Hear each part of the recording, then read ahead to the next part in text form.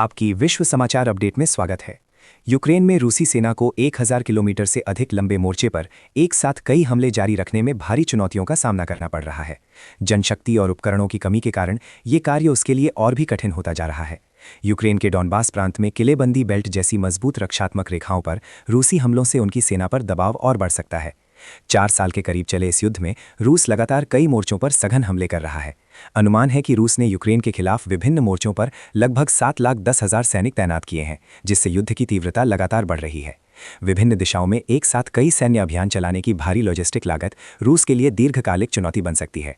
रूसी सेना पूर्वोत्तर से दक्षिण पूर्व तक फैले मोर्चे पर लगातार हमले कर रही है, जिसमें वोवचांस्क, क्यूपियांस्क, सिवर्स्क, पोक्रोव्स्क, मिर्नोराड और हुलियाई पोले जैसे क्षेत्र प्रमुख हैं। हाल ही में रूसी राष्ट्रपति ने हुलियाई पोले के पास जापोरिजिया की ओर एक बड़ी सफलता का संकेत दिया था। हालांकि विशेषज्ञों का मानना है कि रूस को या तो हर दिशा में तैनात जनशक्ति और हथियारों में भारी वृद्धि करनी होगी या एक क्षेत्र से संसाधनों को हटाकर दूसरे में मजबूत करना होगा, क्योंकि सभी क्षेत्रों में मौजूदा गति बनाए रखना मुश्किल है। विश्लेषकों का कहना है कि रूसी सेना को अपनी गति बनाए रखने के लिए पुनर्गठन या अन्य मोर्चों से सुदृढ़ीकरण की आवश्यकता होगी।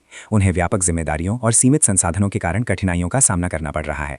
डॉनबास में किलेबंदी बेल्ट पर हमला शुरू करने की रूसी प्रयासों से सेना पर और भी बड़ा दबाव पड़ेगा।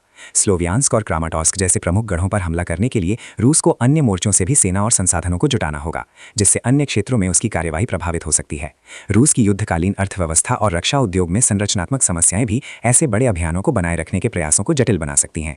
सुनने के लिए धन्यवाद।